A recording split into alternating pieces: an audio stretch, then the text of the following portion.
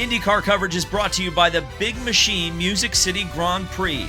Click the link in the description and use my promo code DAVIDLAND20 to save 20% and support IndyCar oval racing. So I'm going to start this video with a little bit of unsolicited advice to IndyCar and IndyCar's team owners, because the charters are, generally speaking, across the board, they get negative reaction from the fans, period.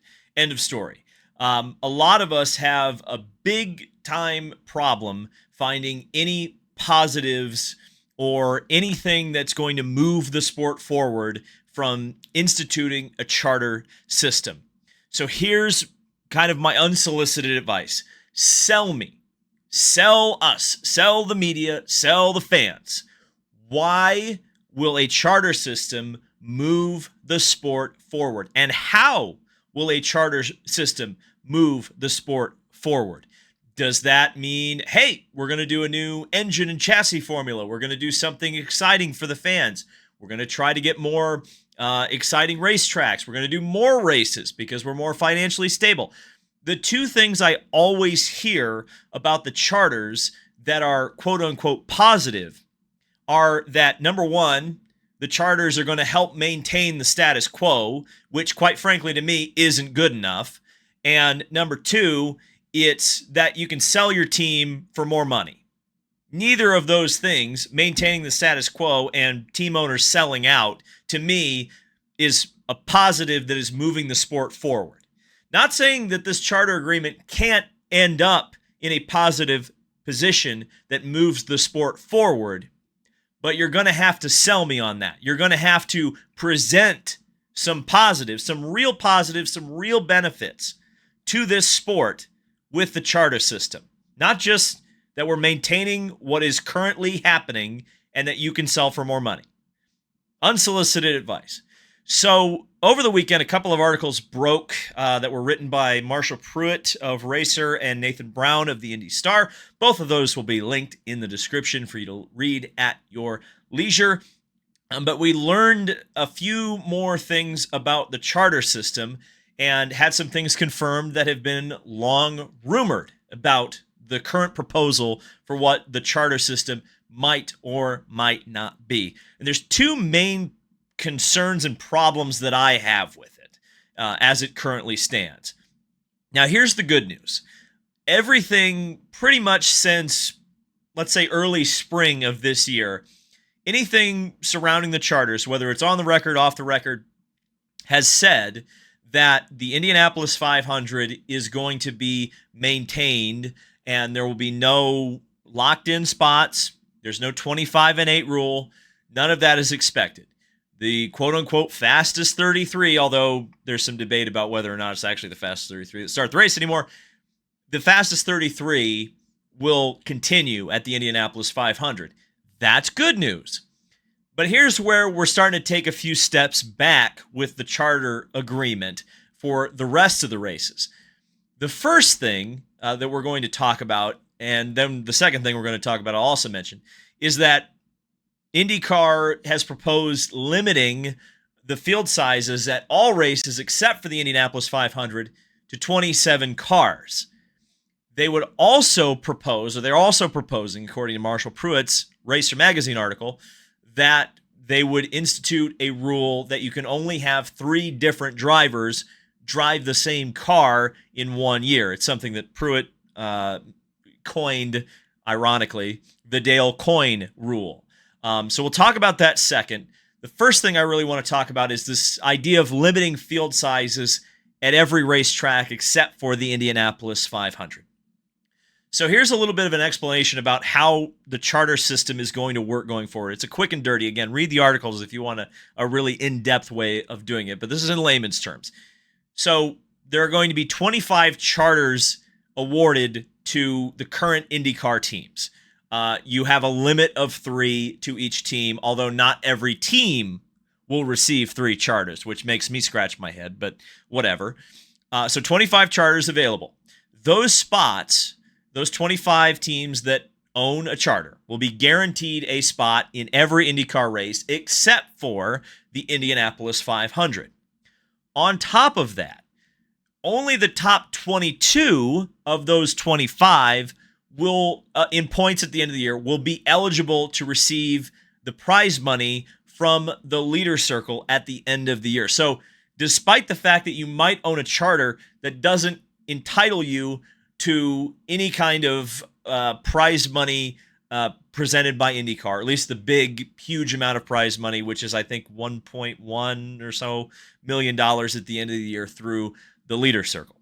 So you can still get screwed, even if you have a charter, in terms of leader circle payouts. Now, at every race, outside of the 25 guaranteed starters, there will be 2 open slots on the field, bringing the grand total to 27. Now, there is a new team coming into IndyCar next year, Prema. With Ganassi, most people expect that Ganassi is going to cut at least 1 car, if not 2. I'm leaning towards 2. That would be 3 cars from Ganassi versus 5 this year, which currently has the field at 27 without a charter agreement or locked-in spots or any of that stuff. If Ganassi does indeed do what we expect them to do, which is cut 2 cars, Prema would be essentially unopposed in the 2 at-large or open spots in the field.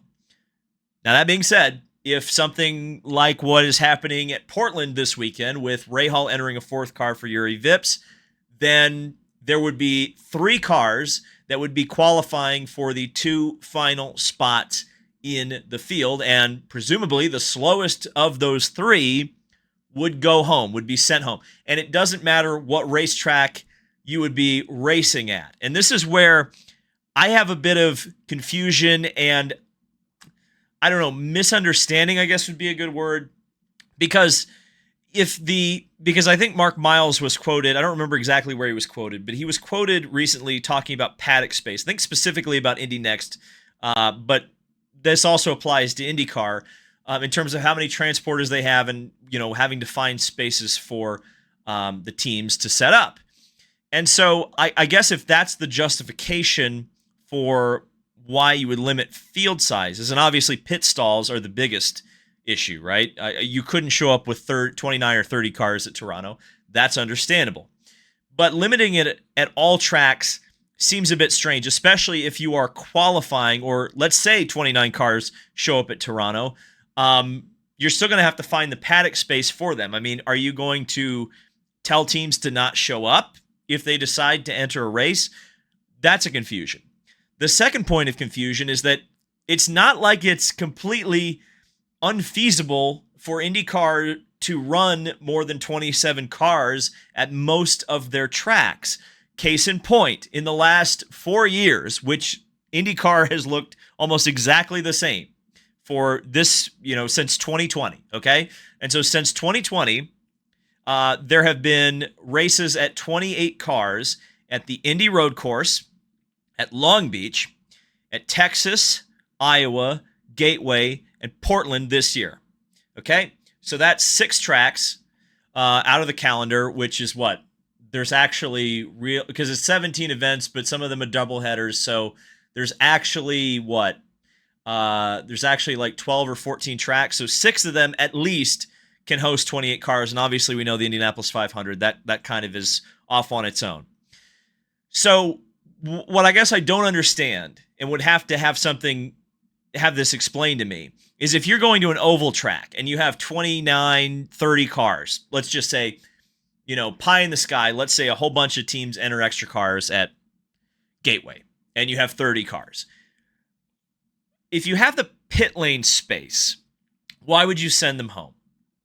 It just and get, listen, I'm a big proponent of bumping. I'm a big proponent of qualifying in the field. But it doesn't make any sense to me if the track can sustain that many cars that you would purposely send someone home. And here's the other thing that I'm a little bit confused about is if Ganassi is cutting their 2 cars and there really aren't any other full season or even really part-time teams that are super duper legitimate that are just kind of emerging on the horizon. So we would more than likely expect that for the most part at most races next year, you're only ever going to see 27 cars. what exactly is the value to those 25 teams for being locked in the field in the first place? That doesn't seem to make much sense either. I mean, I guess if you're going to have bumping, to me, it should totally be merit based, and it shouldn't just be Prema versus the world.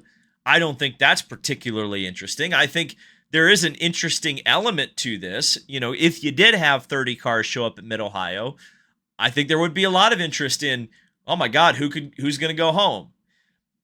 Might not be so much if it's, you know, a couple of Indy Lights drivers buying rides with Andretti or Hunkost or whoever, trying to outqualify the back of the field cars, or just Prema, you know. And that's the other weird thing too, is with locking in spots, you could have cars that are qualifying well up the field at a road course race or an oval or what have you. And if the two other at-large cars are ahead of them, they're going home. Doesn't matter if they qualified 15th or if they qualified 10th. Those other two cars are ahead of them. They're gone. And so from a purity standpoint, don't like that. Just never will like that. Protected spots, will never like it. And so we get to the arbitrary number of 25, which is what they're selling. That's the amount of charters that IndyCar is going to be giving out. And so I kind of look at it as saying, okay, so Prema is really the only team on the market right now, the only active full-time team that has made an active effort to enter IndyCar and has said multiple times that they want a charter. So there is one entity out there that is willing to buy a charter. And they're willing to run if all the teams hold on to their quote unquote charter asset, they're the one open team. But how long will that be the case? You know, and I'm not saying this is happening, okay? When I say this is not, I'm just throwing a hypothetical situation out there.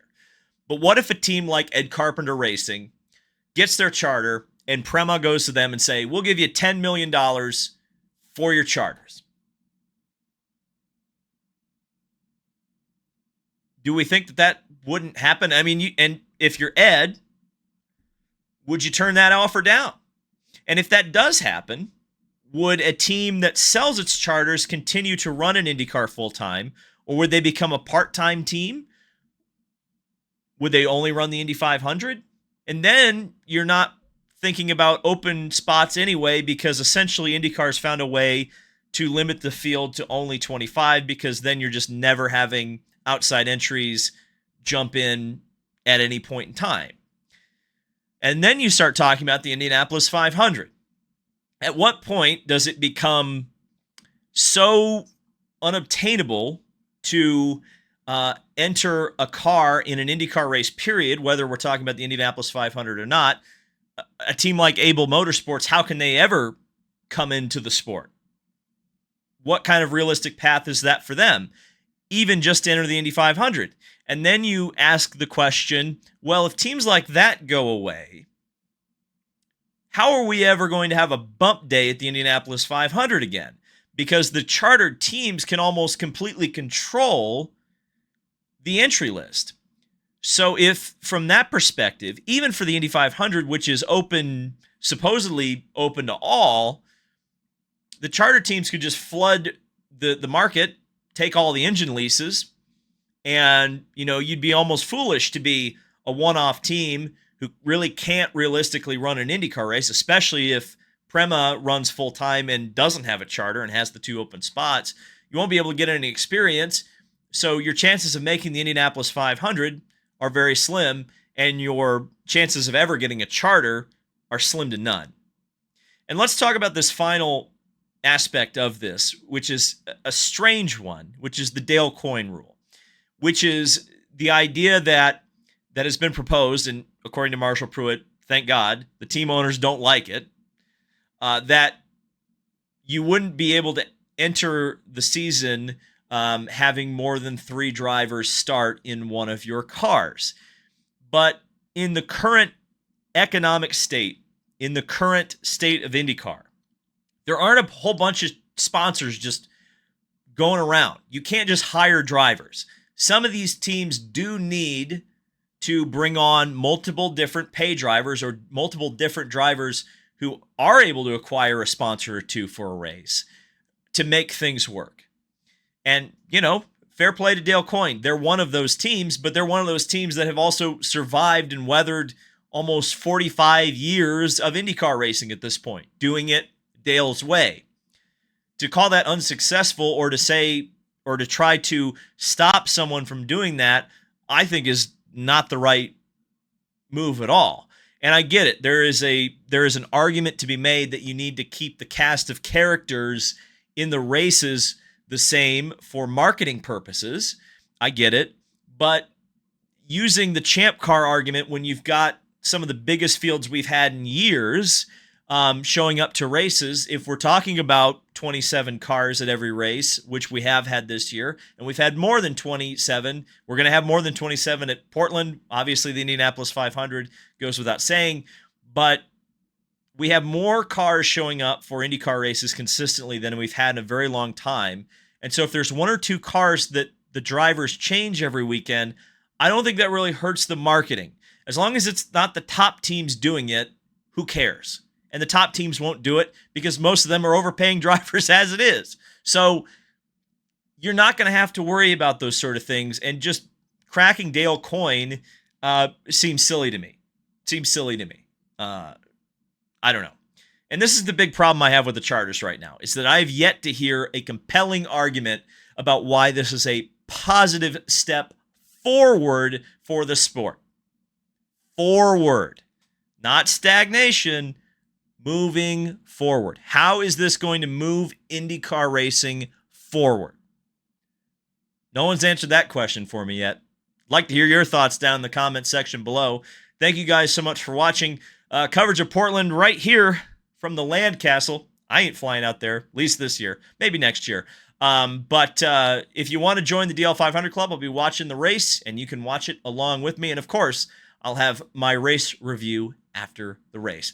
Thank you guys so much for watching, and we'll see you in the next video.